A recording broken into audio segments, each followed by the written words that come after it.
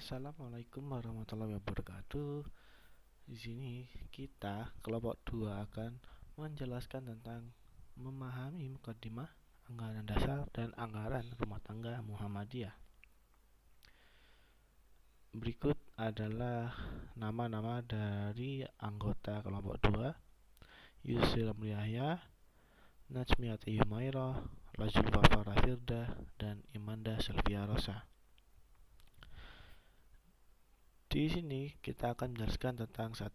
Mukadimah anggaran dasar Muhammadiyah, 2. Identitas dan asas Muhammadiyah, 3. Keanggotaan Muhammadiyah, yang keempat adalah keorganisasian Muhammadiyah. Yang pertama, mukadimah anggaran dasar Muhammadiyah. Seperti yang kita tahu, Muhammadiyah adalah suatu persyarikatan yang merupakan gerakan Islam. Maksud geraknya ialah dakwah Islam dan amar ma'ruf nahi munkar. Dengan melaksanakan dakwah dan amar ma'ruf nahi munkar dengan caranya masing-masing yang sesuai, Muhammadiyah menggerakkan masyarakat menuju tujuannya, ialah terwujudnya masyarakat Islam yang sebenar-benarnya. Dan pada hakikatnya, mukadimah anggaran dasar Muhammadiyah merupakan ideologi Muhammadiyah yang memberikan gambaran tentang pandangan Muhammadiyah mengenai manusia, yang isinya itu beberapa prinsip-prinsip untuk mewujudkan tujuan Muhammadiyah yang tadi, yaitu terwujudnya masyarakat Islam yang sebenar-benarnya. Dan sebagai sebuah ideologi, mukadimah anggaran dasar ini menjiwai segala gerak dan usaha Muhammadiyah dan proses penyusunan sistem kerjasama yang dilakukan untuk mewujudkan tujuannya. Lahirnya mukadimah anggaran dasar Muhammadiyah. Seperti yang kita tahu, Muhammadiyah berdiri pada tanggal 8 Zulhijjah 1330 Hijriah dan mendapatkan status berbadan hukum. Nah, sebagai suatu organisasi yang sudah semestinya, ketika akan mencatatkan diri menjadi sebuah badan hukum, harus memenuhi berbagai syarat, antara lain harus ada anggaran dasar. Mukadimah anggaran dasar sendiri dibuat oleh almarhum Ki Bagus, yaitu Ketua Pengurus Besar Muhammadiyah pada tahun 1942 sampai 1953.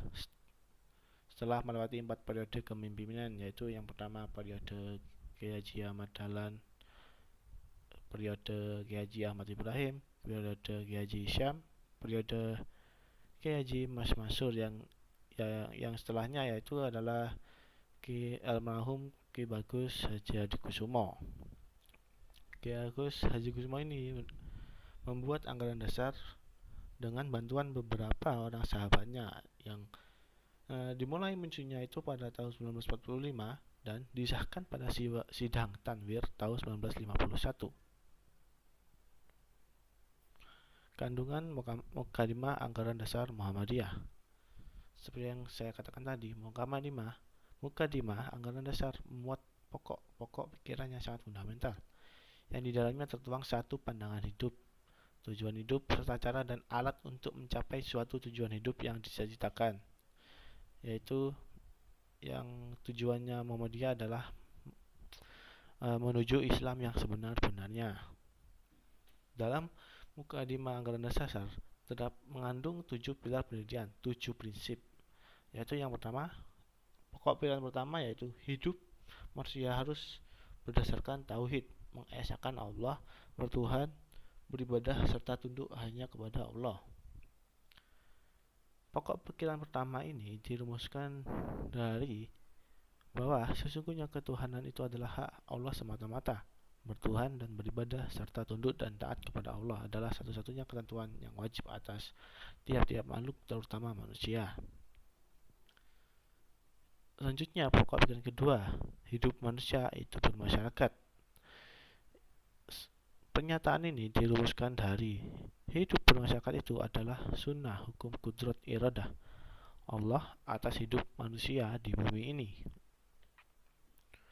Pokok pikiran ketiga berkata, hanya hukum Allah yang sebenar-benarnya lah satu-satunya yang dapat dijadikan sendi untuk membentuk pribadi yang utama dan mengatur ketertiban hidup bersama, yaitu bermasyarakat dalam menuju hidup bahagia dan sejahtera yang hakiki di dunia dan akhirat.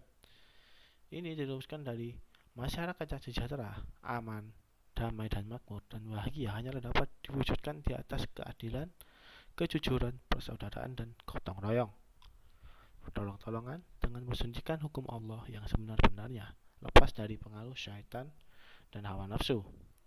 Selanjutnya, pokok pikiran keempat menyatakan berjuang, menegakkan dan menjunjung tinggi agama Islam untuk mewujudkan masyarakat Islam yang sebenar-benarnya. Pernyataan ini dirumuskan dari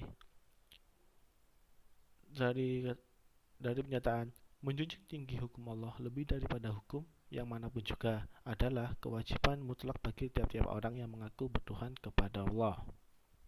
Agama Islam adalah agama Allah yang dibawa oleh Nabi sejak Nabi Adam sampai Nabi Muhammad SAW dan diajarkan kepada umatnya masing-masing untuk mendapatkan hidup bahagia dunia dan akhirat. Selanjutnya, pokok pikiran kelima menyatakan perjuangan menegakkan dan menjunjung tinggi agama Islam sebenarnya hanyalah akan dapat berhasil bila dengan mengikuti jejak ittiba perjuangan para nabi, terutama perjuangan Nabi besar Muhammad SAW. Dirumuskan dari dan untuk menciptakan masyarakat yang bahagia dan sentosa, sebagaimana yang tersebut di atas, tiap-tiap orang, terutama umat Islam yang percaya kepada Allah dan hari kemudian wajiblah mengikuti jejak sekalian Nabi yang suci itu, beribadat kepada Allah dan berusaha segiat-giatnya mengumpulkan segala kekuatan dan menggunakannya untuk menjelmakan masyarakat itu di dunia ini dengan niat yang murni, tulus dan ikhlas karena Allah semata-mata dan hanya mengharapkan karunia Allah dan ridhonya belaka serta mempunyai rasa tanggung jawab di hadirat Allah atas segala perbuatannya. Pokok pikiran keenam yaitu perjuangan mewujudkan pikiran-pikiran tersebut hanyalah akan dapat dilaksanakan dengan sebaik-baiknya dan berhasil bila dengan cara berorganisasi. Jadi kita itu perlu untuk mengikuti, mendalami organisasi sehingga kita dapat mewujudkan pikiran-pikiran tersebut, prinsip-prinsip tersebut. Dan yang ketujuh adalah pokok pikiran, prinsip atau pendirian seperti yang diuraikan dan diterangkan di muka itu adalah yang dapat untuk melaksanakan ideologinya, terutama untuk mencapai tujuan yang menjadi cita-citanya. Ialah terwujudnya masyarakat adil dan makmur lahir batin yang diridhai Allah. Selanjutnya yaitu identitas dan asas Muhammadiyah akan dijelaskan oleh teman saya, Lazulfa. Terima kasih.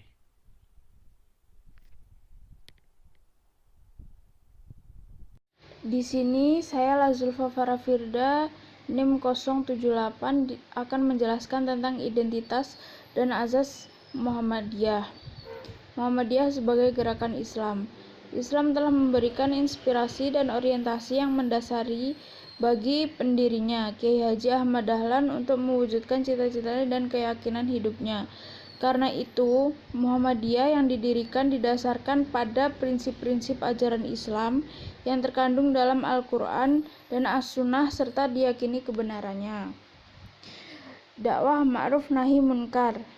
Muhammadiyah adalah gerakan Islam yang melaksanakan dakwah ma'ruf nahi munkar dan tujuan menegakkan dan menjunjung tinggi agama Islam sehingga terwujudnya masyarakat yang sebenar-benarnya.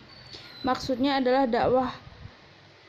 dakwah amar ma'ruf nahi munkar yang ditujukan kepada dua bidang perseorangan dan masyarakat. Kemudian selanjutnya Muhammadiyah sebagai gerakan tajdid. Tajdid yang dimaksud dalam gerakan Muhammadiyah adalah memberi cara berpikir sesuai dengan perkembangan dan perubahan zaman. Bukan perubahan ajaran Islam, tetapi cara berpikir umat Islam yang perlu diperbarui. Tajdid juga berarti membersihkan ajaran Islam dari campur aduknya dengan ajaran-ajaran yang bukan Islam, mengembalikan ajaran Islam kepada sumbernya yang asli, yaitu Al-Quran dan Al-Hadis. Oleh sebab itu, Muhammadiyah selalu berorientasi kepada pembaruan dalam segala bidang sesuai dengan kemajuan zaman dan tidak meninggalkan prinsip Islam. Allah berfirman, yang artinya sesungguhnya Allah tidak merubah keadaan suatu kaum sehingga mereka merubah keadaan yang ada pada diri mereka sendiri. Saya Imanda Selvia Rosa, NIM 079. Saya akan menjelaskan tentang keanggotaan Muhammadiyah. Yang pertama adalah keanggotaan Muhammadiyah terdiri atas anggota biasa, ialah warga negara Indonesia yang beragama Islam. Yang kedua, anggota luar biasa, ialah orang Islam bukan warga negara Indonesia. Yang ketiga adalah anggota kehormatan, ialah perorangan beragama Islam yang berjasa terhadap Muhammadiyah atau karena kewibawaan dan keahliannya bersedia membantu Muhammadiyah. Yang selanjutnya ada pun syarat keanggotaan, yaitu yang pertama anggota biasa. A. Warga negara Indonesia beragama Islam. B. Laki-laki atau perempuan berumur 17 tahun atau sudah menikah. C. Menyetujui maksud dan tujuan Muhammadiyah. D. Bersedia mendukung dan melaksanakan usaha-usaha Muhammadiyah. E.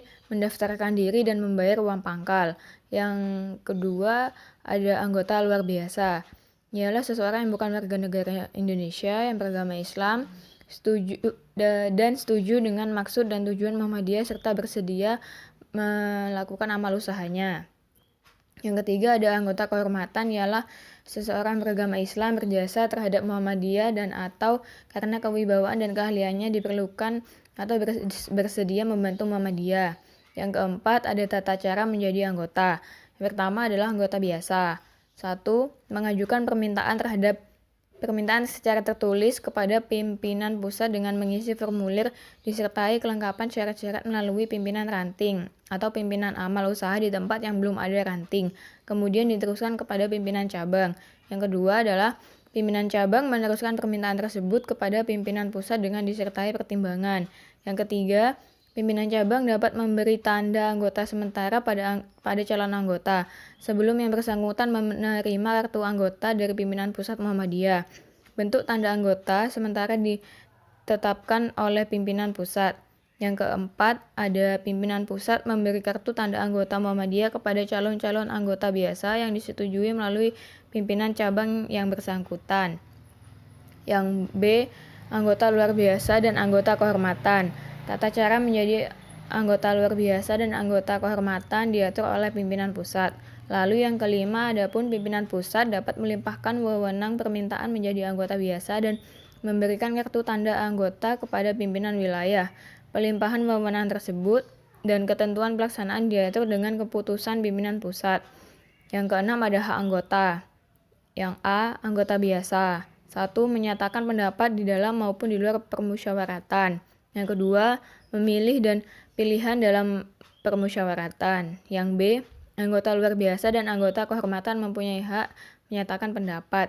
Selanjutnya ada kewajiban anggota biasa, luar biasa, dan kehormatan. A.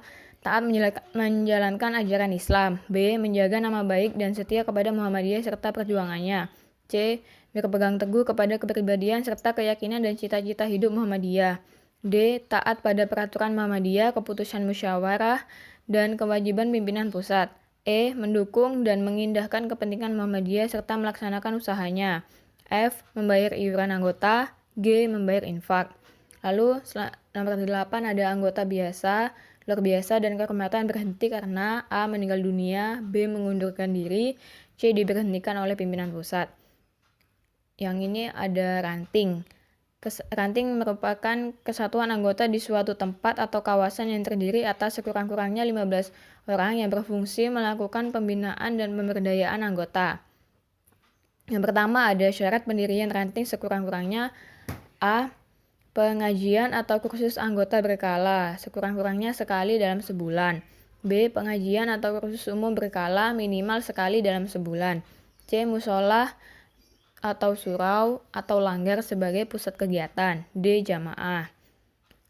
Lalu selanjutnya ada pendirian suatu ranting yang merupakan pemisahan dari ranting yang telah ada dilakukan dengan persetujuan pimpinan ranting yang bersangkutan atau keputusan musyawarah pimpinan cabang tingkat cabang. Yang keempat ada proses mendirikan ranting baru. A. Ranting rekayasa. Wilayah yang terindikasi belum ada ranting Muhammadiyah, PDM mengambil kebijaksanaan berbagai aspek termasuk hasil identifikasi PCM dengan menginstruksikan kepada PCM agar mendirikan ranting baru di wilayah kerja yang ditetapkan pada desa atau kelurahan yang terindikasi belum ada ranting Muhammadiyah. B. Proses alamiah, yaitu yang pertama adalah proses amuba, ranting besar menjadi beberapa ranting yang kuat. 2. Ranting cangkok sapi, dari ranting yang kuat menjadi ranting aktif yang aktivitasnya menarik perhatian anggota atau simpatisan Muhammadiyah ke desa lain.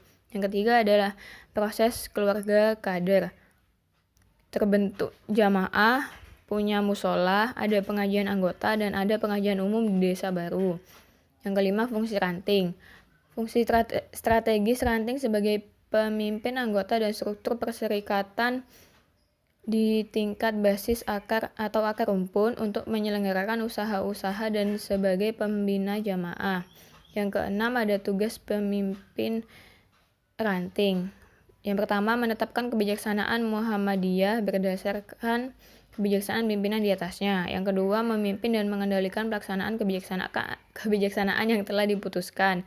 Yang ketiga membimbing dan meningkatkan kegiatan anggota sesuai dengan kewenangannya.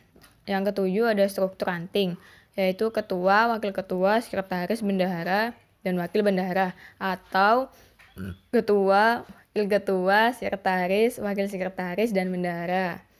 Selanjutnya ada macam-macam ranting. Yang A. Ranting rintisan rekayasa. B. Ranting rintisan alamiah. C. Ranting rintisan campuran. D. Ranting rintisan ideal. Dan E. Ranting unggulan. Terima kasih. Saya Najmiatul Mero. Di sini saya akan menjelaskan tentang keorganisasian Muhammadiyah. Muhammadiyah didirikan di Kampung Kauman, Yogyakarta pada tanggal 8 Julija 930 Hijriah atau 18 November 912 oleh seorang yang bernama Muhammad Darwis, kemudian dikenal dengan Kiai Haji Dahlan. Nama organisasi ini diambil dari nama Nabi Muhammad SAW, yang berarti bahwa warga Muhammadiyah menjadikan segala bentuk tindakan, pemikiran, dan perilakunya didasarkan pada sosok Rasulullah, Nabi Muhammad SAW. Selanjutnya yaitu tentang majelis dan lembaga Muhammadiyah. Setelah Muktamar Muhammadiyah ke-43 di Aceh tahun 995, terjadi perubahan beberapa majelis menjadi lembaga. Sampai ke-45 di Malang pada tanggal 3-8 Juli 2005 menghasilkan keputusan terbaru, yaitu anggaran dasar dan anggaran rumah tangga yang telah ditafsirkan mencantumkan perbedaan majelis dan lembaga Muhammadiyah. Majelis dan lembaga. Majelis adalah unsur pembantu pimpinan yang menjalankan sebagai tugas pokok Muhammadiyah. Sedangkan lembaga yaitu adalah unsur pembantu pimpinan yang menjalankan sebagai tugas pendukung Muhammadiyah. Adapun juga macam-macam majelis dan fungsinya. Majelis yang pertama yaitu majelis tablik dan dakwah khususnya. Majelis dakwah dan khusus, yaitu dakwah Islamiyah di bidang tablik secara terencana dan dalam program yang jelas. Sedangkan dakwah yaitu maksudnya adalah di tempat-tempat yang terpencil dan memerlukan strategi khusus. Yang kedua yaitu majelis tarjid dan tajdid. Dan di sini adalah fungsi-fungsinya. Yang ketiga yaitu majelis pendidikan tinggi, penelitian dan pengembangan.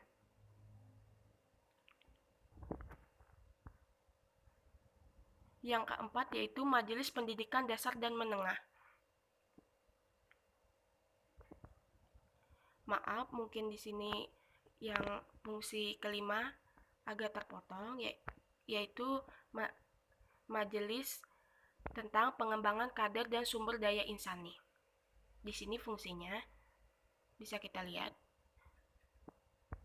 Dan yang keenam yaitu Majelis Kesehatan dan Kesejahteraan Masyarakat. Yang ketujuh yaitu Majelis Zakat, Infak, Sodaqoh, Hitbah, dan Wakaf. Yang kedelapan yaitu Majelis Ekonomi dan Kewirausahaan. Baik, selanjutnya yaitu tentang Ortom Muhammadiyah.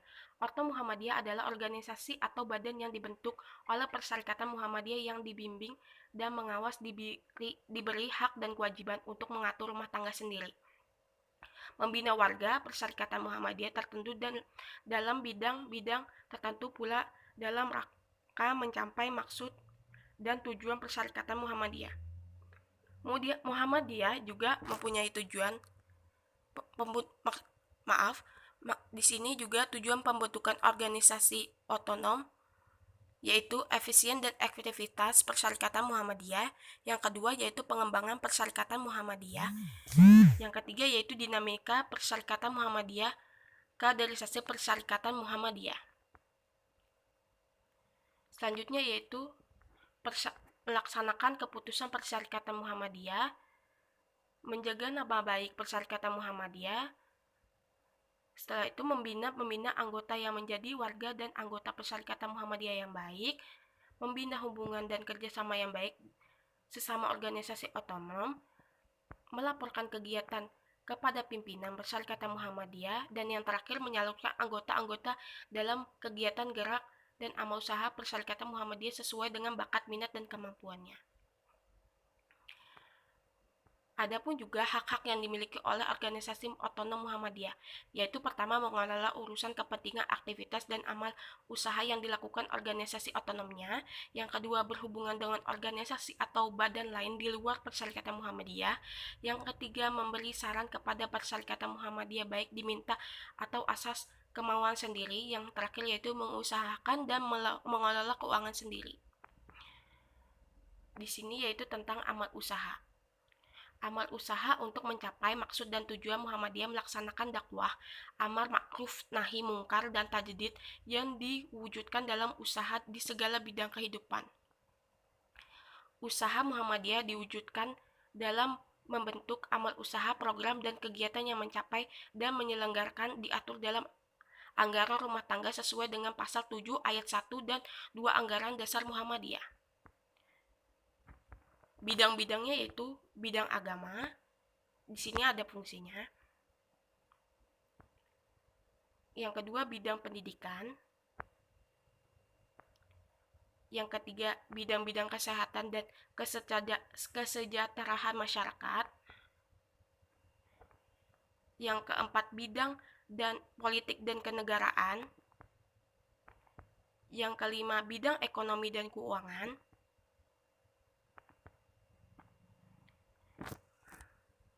Mungkin itu saja yang bisa saya sampaikan. Wassalamualaikum warahmatullahi wabarakatuh.